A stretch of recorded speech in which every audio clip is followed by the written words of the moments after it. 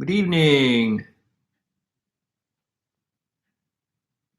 Hope you are well this evening. Who do we have the pleasure of attending this evening's Bible study? I know that Mary Lou will not be with us. Hi, Tom. Mary Lou had a number of medical tests today and an MRI, I think. So she's a little worn out and will not be joining us. And I hope you all are doing well.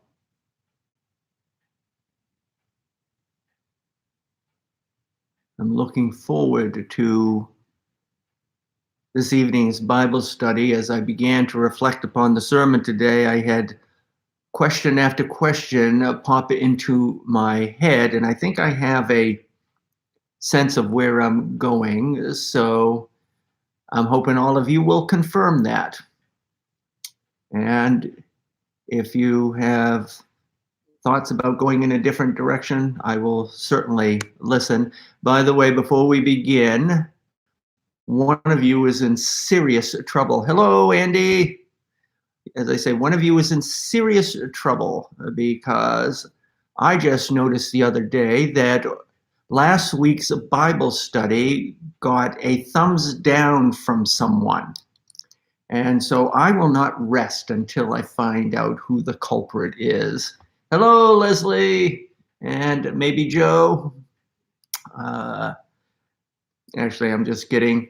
The way I figure it, one thumbs down and one thumbs up means I'm batting 500. And if I were in the major leagues, that would be enough to get me into the Hall of Fame. So again, welcome everyone. Why don't we get right to it? Let us pray. Lord God, as we gather this evening, we keep in our hearts and our minds Mary Lou and pray that her tests today will come back negative, that she will be able to return to life as she wishes to live it. And we pray that we may sense your spirit with us even now. We open our hearts and our minds that it might lead us to a deeper awareness of your goodness and your grace. And we ask this that we might more fully grow into the call to follow the one who is the light of the world. And this we ask as his disciples. Amen. All righty. So this evening we are going to continue with the reading in Mark's Gospel. Mark, as I've said, is the first of the Gospels to be written, probably around 65 AD. And this is the beginning of his ministry. In Mark's Gospel, he is just called the disciples. Hi, Sally, welcome as well. And so he's called Matthew, Mark, Luke, Mark. Never mind what I just said. I'm giving you the names of the Gospels. He's called Peter, Andrew, James, and John. That's what I'm trying to say here. And then we are told that he launches right into his ministry by going to the synagogue in Capernaum. So without further ado, let us take a listen to this evening's reading. And they went into Capernaum, and immediately on the Sabbath he entered the synagogue and was teaching. And they were astonished at his teaching, for he taught them as one who had authority, and not as the scribes. And immediately there was in their synagogue a man with an unclean spirit, and he cried out, "What have you to do with us, Jesus of Nazareth? Have you come to destroy us? I know who you are, the Holy One of God." But Jesus rebuked him, saying, "Be silent, and come out of him." And the unclean spirit, convulsing him and crying out with a loud voice, came out of him. And they were all amazed, so that they questioned among themselves, saying, "What is this? A new teaching with authority. He commands even the unclean spirits, and they obey him." And at once his fame spread everywhere, throughout all the surrounding region of Galilee. All right, so Mark is generally quick and to the point, and so that's what we have for our reading this evening. And as always, I say to you, questions, comments, and conundrums. Oh, thank you for the thumbs up, everybody. Somebody's feeling guilty. No, thank you. So anyways, Jesus goes into the synagogue, and as I said, as I started thinking about this, question after question popped into my mind. So what does it mean in verse 23 when it says, "And immediately there was in their synagogue a man with an unclean spirit"? And what was the man's unclean spirit? And why was he there? And who was speaking? Was it the man, or was it the unclean spirit? And what was going through the minds of the people who were there in the synagogue that day? And you may have some other questions as well. So what do you think? What strikes you? Questions and comments, conundrums? We know, of course, that back then people believed in unclean spirits, and unclean spirits were considered demons. They were demonic. Today, we speculate that the unclean spirit could have been epilepsy. People would have an epileptic seizure, and it was as if something else gained control of them. And if it was a grand mal seizure, even more so. In fact, I can remember when I was in high school, I sang in our church's choir. And one Sunday, as we were sitting in the choir loft during the sermon, a young woman, funny, I can remember her name. I probably hadn't thought about this in 30 years. Betty. And back then I was an alto, so I was sitting right behind the sopranos, and all of a sudden she started kicking and flailing. And we, meaning others in the choir loft, were frightened. And so we ran downstairs and we called the fire department. This was back in the days before you had 911 and cell phones. They came into the sanctuary in the middle of the service, and after the service, they by this time she had come out of the seizure, and so they didn't take her to the hospital or anything like that. And afterwards, I remember two things. One is she, meaning the young woman, said that what happened must have been something she had eaten for breakfast or something. And I can remember some of her, actually her mother, getting very angry that we had called for the ambulance. And what I realize now today is that,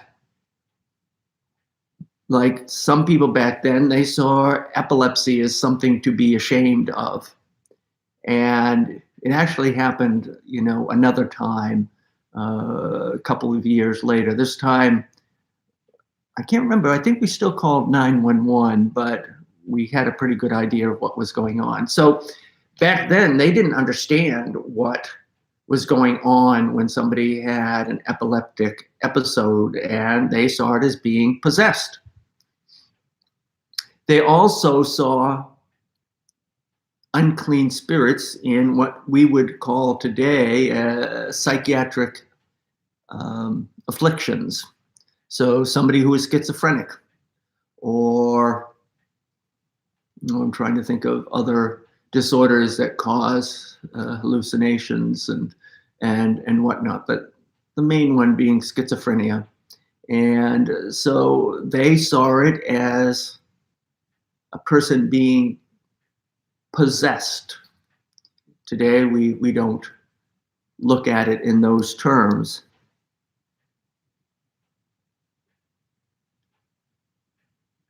Yeah, Jesus was talking to the spirit, but the words that came out of the man's mouth, was it coming from the spirit, or was the man in control of what was being said?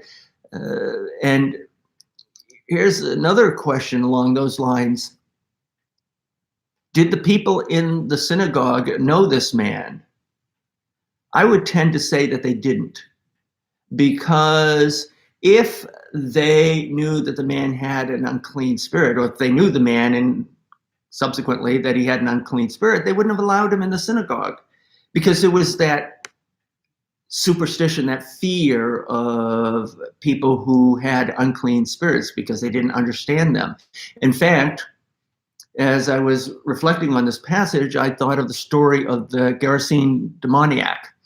And if you remember, Jesus goes across the Sea of Galilee. When he gets out of the boat, the Gerasene demoniac comes running up to him and basically says the same thing as this man in the synagogue, and says, what do you have to do with us, Jesus of Nazareth? We know who you are. And Jesus says, tell me your name. And of course, that goes back to what we've talked about here and there, that there was power in knowing someone's name. And so Jesus immediately says, what is your name? Because it gives him power over the spirit.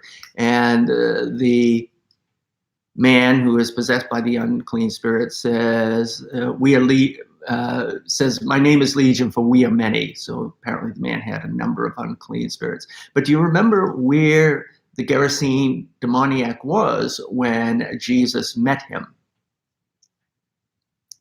Didn't meet him in the center of town. Didn't meet him even on the outskirts of town. He met him in a cemetery.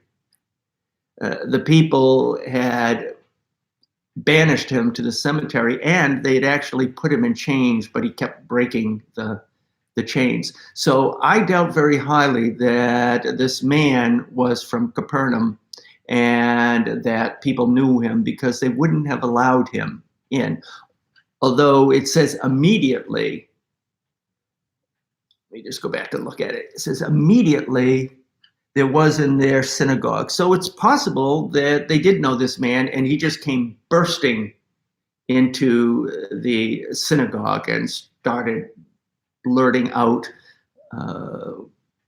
these words. And one of the fascinating things is that people didn't know really who Jesus was. You see that in the story here. They said, what is this, a new teaching? Who is this guy? The ones who always knew who Jesus was, the ones who first knew who he was, were the unclean spirits and people like Herod. Let's see what else we got here. Oh, that's interesting, Tom. Told him to be quiet, like the messianic secret. Only in this case, I think he's telling the demon to be quiet, or the unclean spirit to be quiet, to basically make it clear, you're not in control here. I am in control. And, sadly, when you talk about what was the condition of these unclean spirits beyond a medical condition, some people do believe in possession.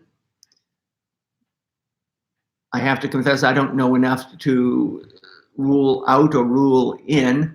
I do remember reading M. Scott Peck's book, People of the Lie, where he said that he did believe that there was a possibility of possession. But I also remember that in that book, he said that these demons just can't come in and take possession of you. You know, you can't just be walking down the street and if there is a demon, it's going to just go zap right into you. He said that the only power that a demon has is the power that we give it. So he said you have to put the welcome mat out. And usually the welcome mat is put out, he said, by people who feel hopeless and powerless, and it gives them a sense of importance and authority. It's a fascinating book. And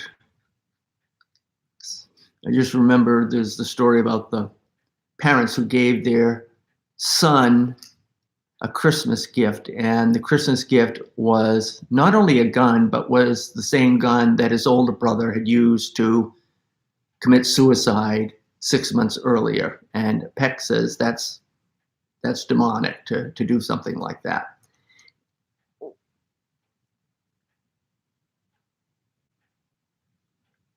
So, Andy, I think you're absolutely right. I think that the unclean spirit recognizes that Jesus is a threat here, and a threat to its existence.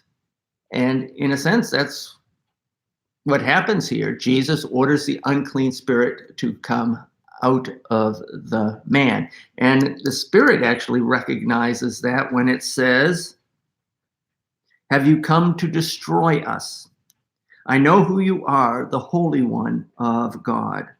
But Jesus rebuked him, saying, "Be silent and come out of him." And the unclean spirit, convulsing him and crying out with a loud voice, came out of him.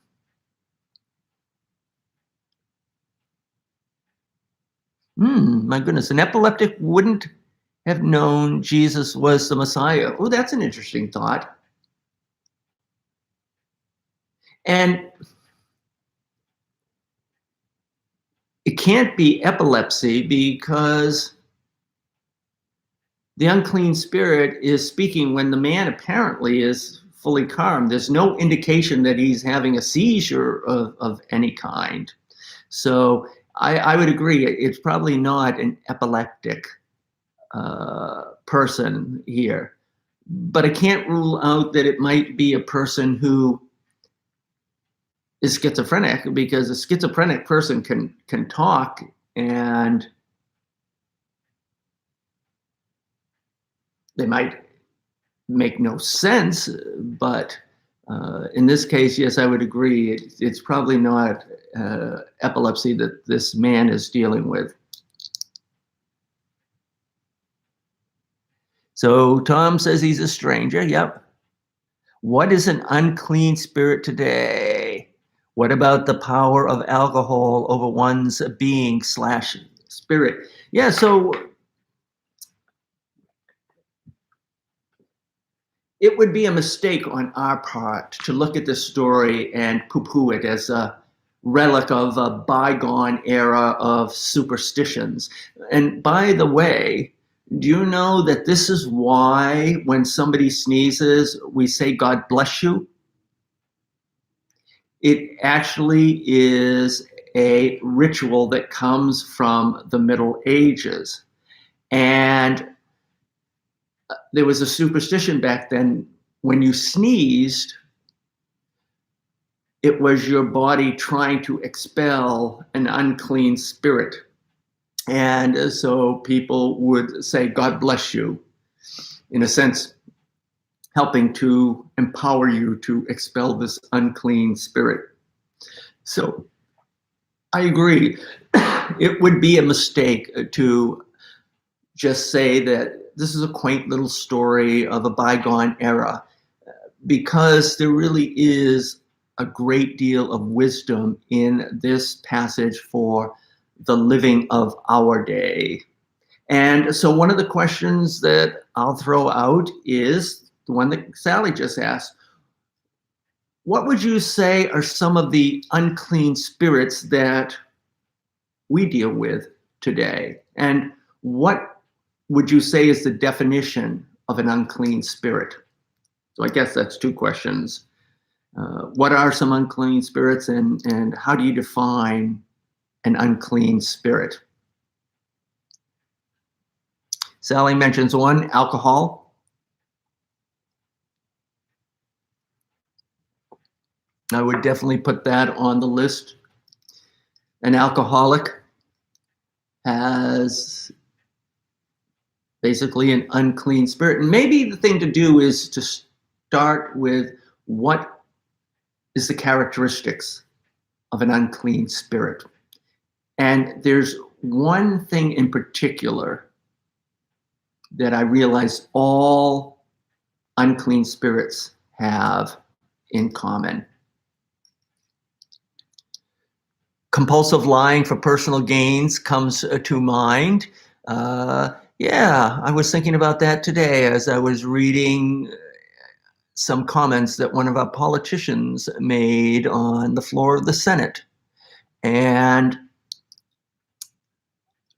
I would agree, compulsive lying.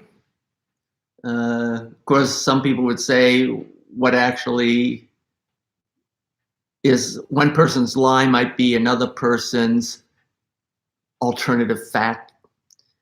I'm always reminded of Miss Lillian. Do you remember Miss Lillian? She was Jimmy Carter's mother, and one day a reporter showed up on her doorstep unannounced, and she graciously welcomed him in, and he interviewed her. Her son hadn't been present for very long.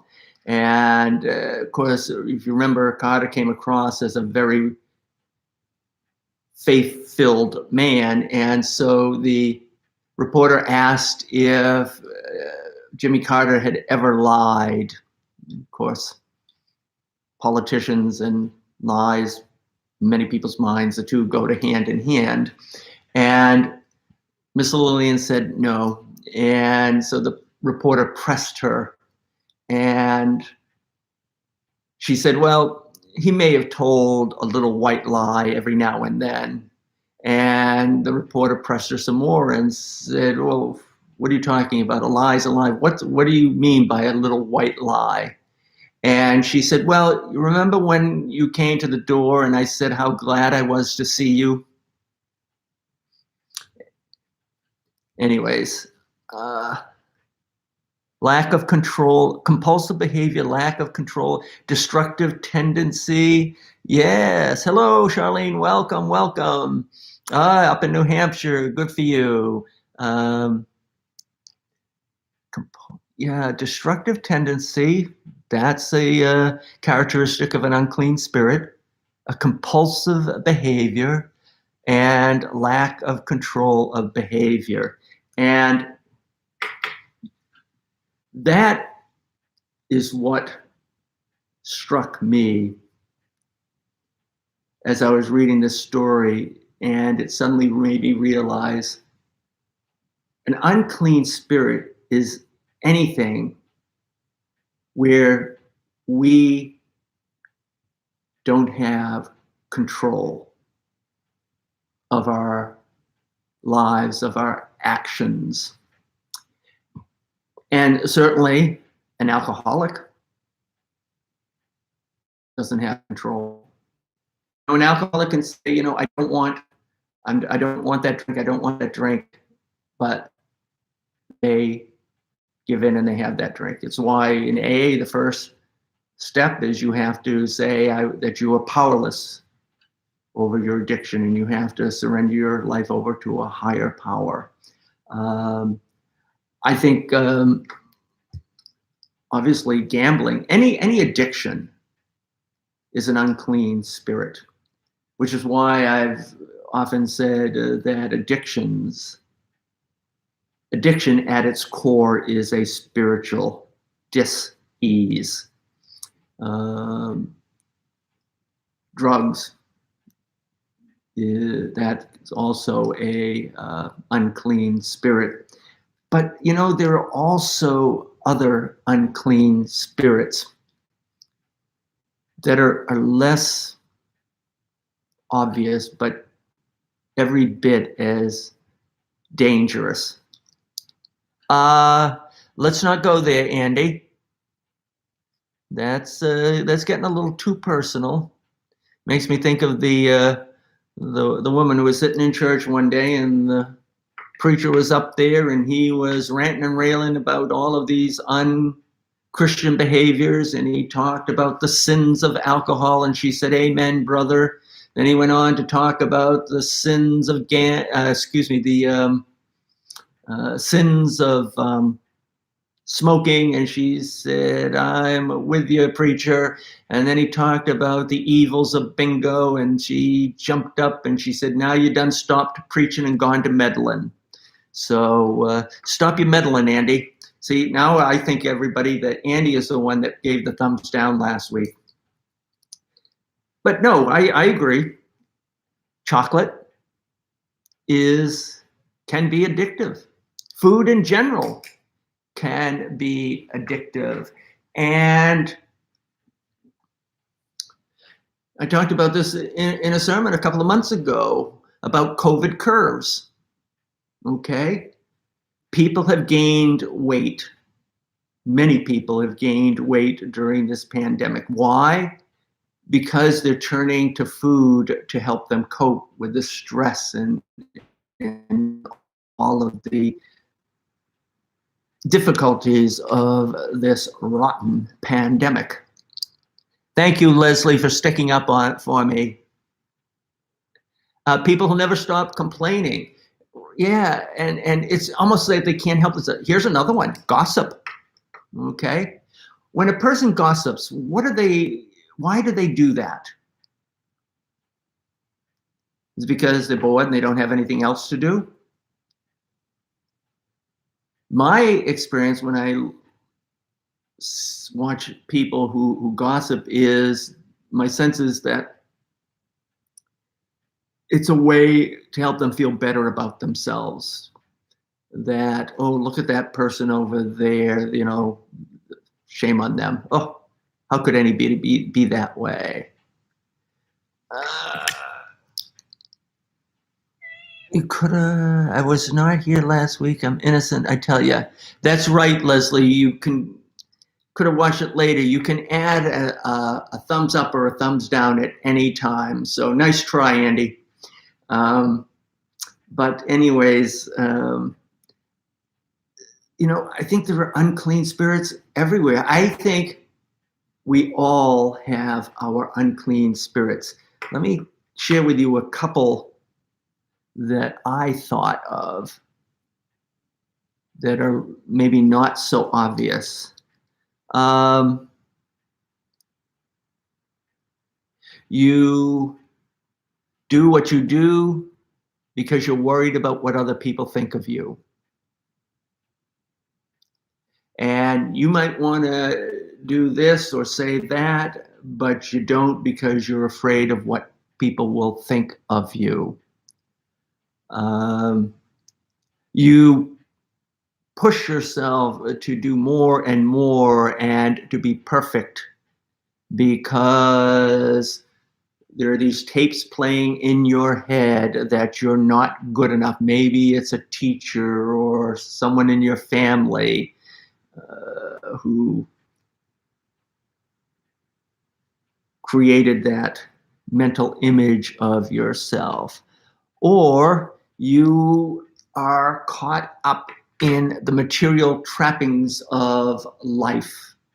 And, that makes me think of the new car that I got. And, it's nice having a new car. And I will tell you, this new car's got so much tech on it, it's making my head spin, but it's also fascinating me. So I plug it in, and I've discovered that I can set up a schedule so that the computer in the car figures out how much charge is needed for the battery to be fully charged. And so if I schedule it for a departure at 8:30 in the morning when I go to the office, it figures out when it needs to start charging, and I can set it up so that when I leave in the morning, in the winter, the heater is on and the car's been warmed up, and in the summer the air conditioning is on and the car's been cooled off. But I remember, and this is one of the advantages, because by the way, if you ever need a new car, I love haggling with the sales people. And as I told the one who I actually got to like, and we kind of become friendly. I've had to contact him a couple of times. And I said to him, I said, you need to understand one thing. The church has been around a lot longer than the automobile, and we've invented these games that you play. So just remember that. And I will say that between their first quote and their last quote, I saved $11,000. So how did I get? Oh, but one of the things that I had in my favor, and I told him this, I said, look, I said, it would be nice to have a new car, but I don't need to have a new car. And I can very easily walk away. And as I said, I can do the minimum amount of work that needs to be done on my car. And your service department can do that. Drive the car out and go to one of your competitors. So again, we have such a materialistic society that it's become it is in many ways an unclean spirit. I'll give you another one: sports. Oh my gosh, I can't go to church, but I can. Or what do we say about a society where the NFL has games scheduled on Christmas Eve? I just think that's absolutely disgusting. And what does it say about us as a society where it's okay and in fact people want it? So sports can be an unclean spirit. Unclean in thinking. Car salesman. Although I will say that over the years, one of the things I've learned is that for the car salesman, or saleswomen for that matter, it isn't just the money. It's a game, and who can win. And that can be an unclean spirit. I have to win. I have to be number one. And again, an unclean spirit is anything where we lose control of our lives. And that brings us back to the synagogue in Capernaum. And that is what Jesus Christ is all about. He's all about helping us to regain control of our lives. And when we follow him, when we commit to being his disciples, he helps us get rid of those unclean spirits so we can be in control of our lives and live our lives in a way that doesn't lead to the abundant life that's waiting for us in Walmart, but leads us to the abundant life that is found in him. And if you think about it, AA, you turn your life over to that higher power.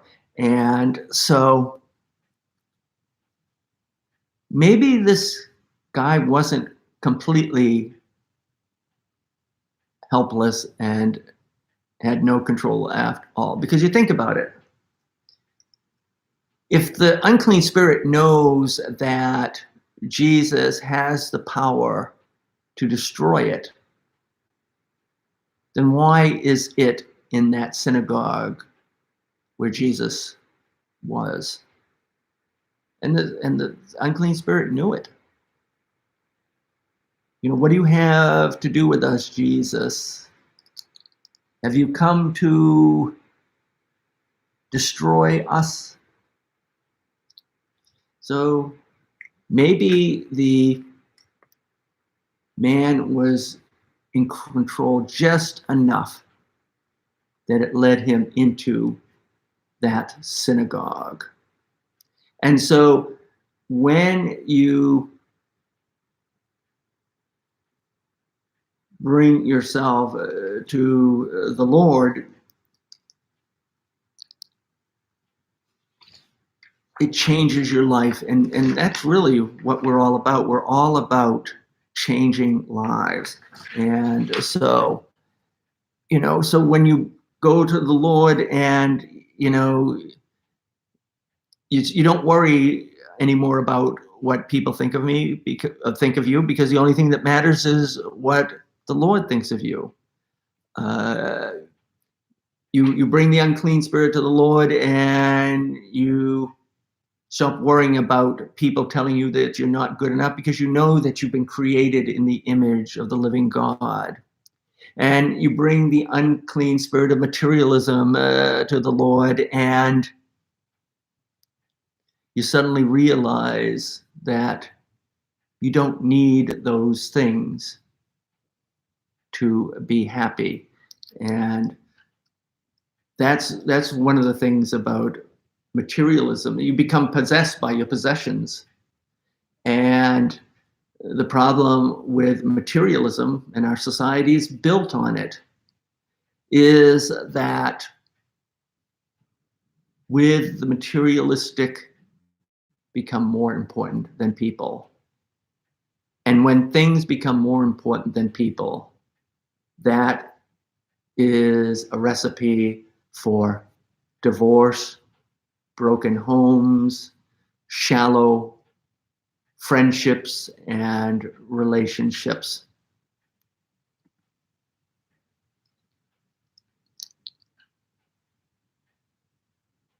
Yet we don't have a definite clue as to what the man's affliction was. I think we've ruled out epilepsy, because if he was an epileptic, he's certainly not having a seizure in the story. And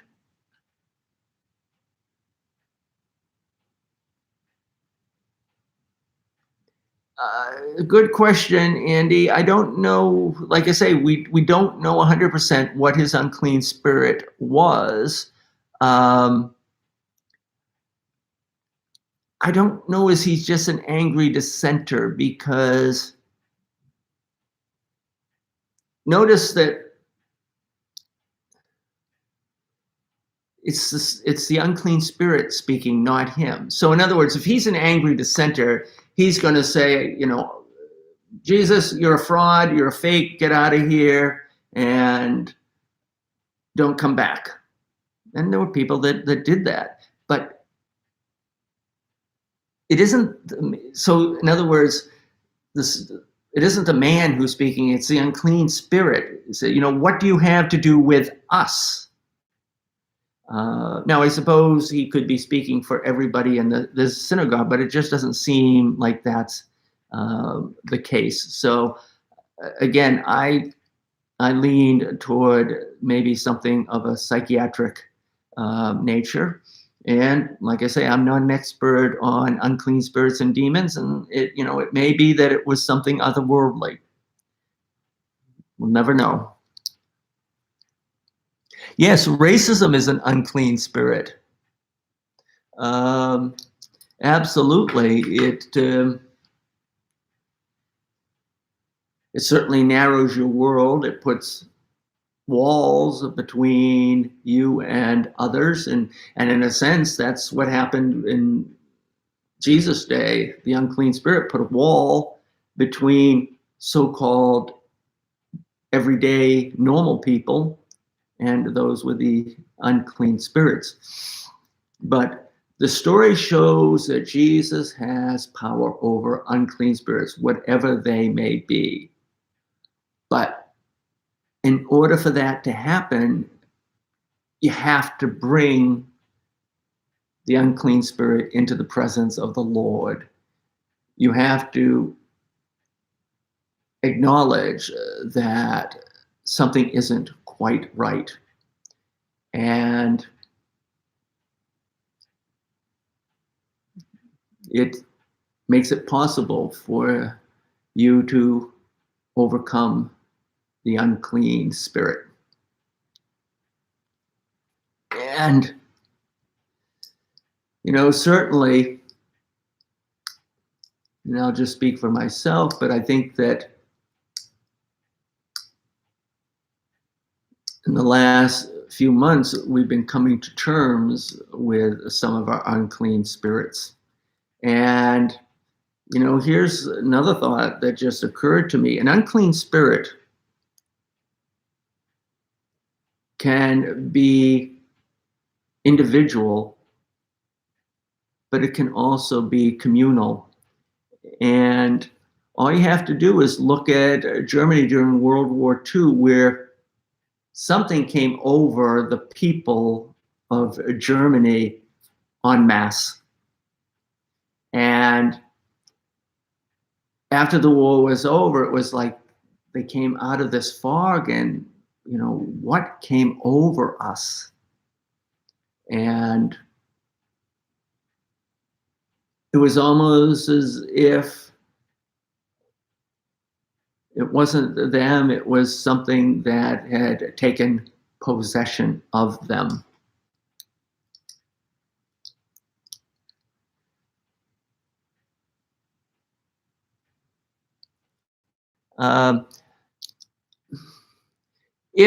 If you had leprosy, you were definitely unclean, but I don't think people would have said that you had an unclean spirit.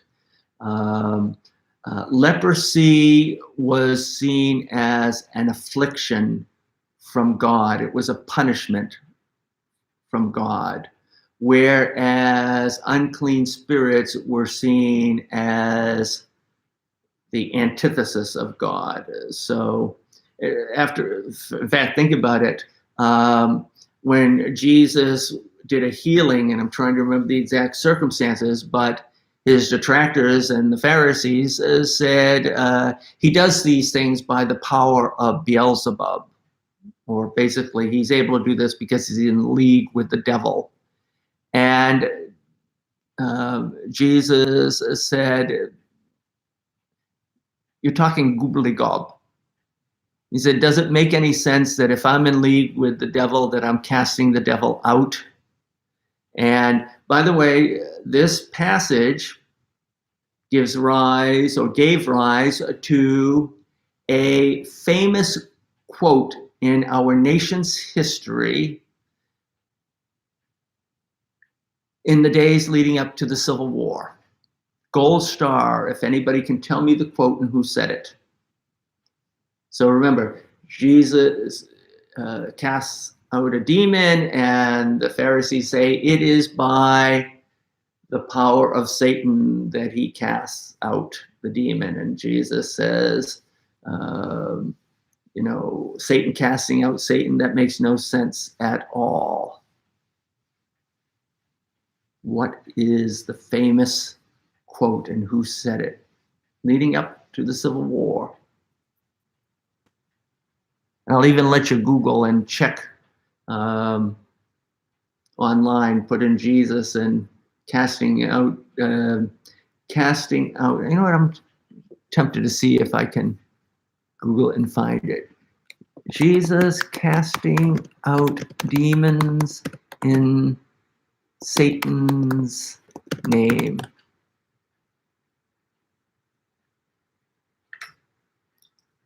Let's see. Yeah.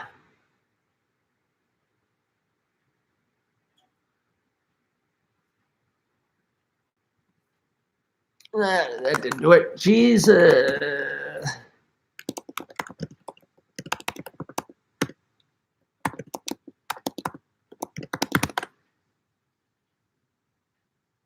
Yeah, see, it doesn't.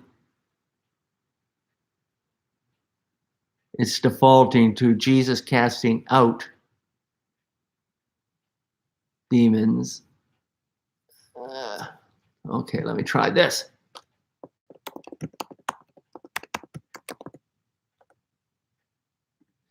All right, so come on. Let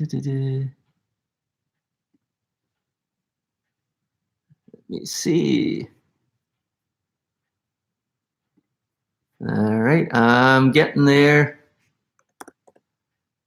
Hold on. Oops, let me come back and see if anybody has beat me to it.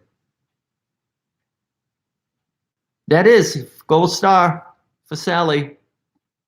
It is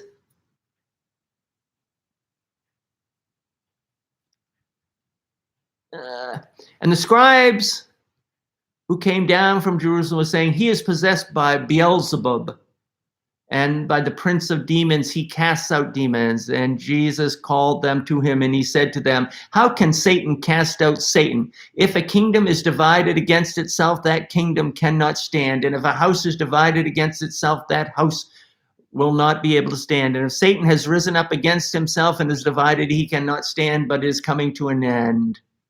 So Abraham Lincoln, a house divided against itself cannot stand.